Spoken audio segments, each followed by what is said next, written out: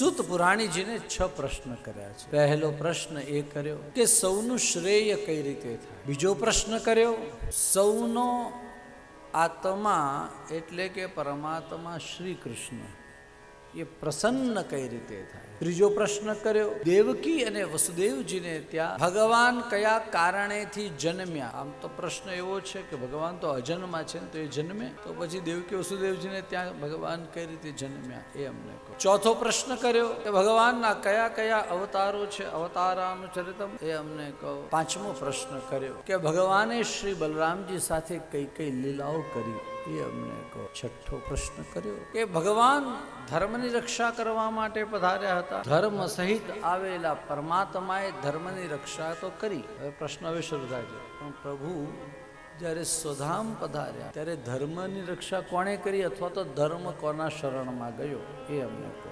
કેટલા પ્રશ્ન કર્યા. સૂત પુરાણીજીએ એના પ્રશ્નોનું અભિવાદન કર્યું. ઇતિ સંપ્રશ્ન સંરુષ્ટ વિપ્રાણામ રૌમહર્ષણ પ્રતિવક્તુમ ઇતિ સંપ્રશ્ન સંરુષ્ટ વિપ્રાણામ રૌમહર્ષણિ પ્રતિપૂજ્ય વચસ્તેષાં પ્રવક્તુમુપચક્રમે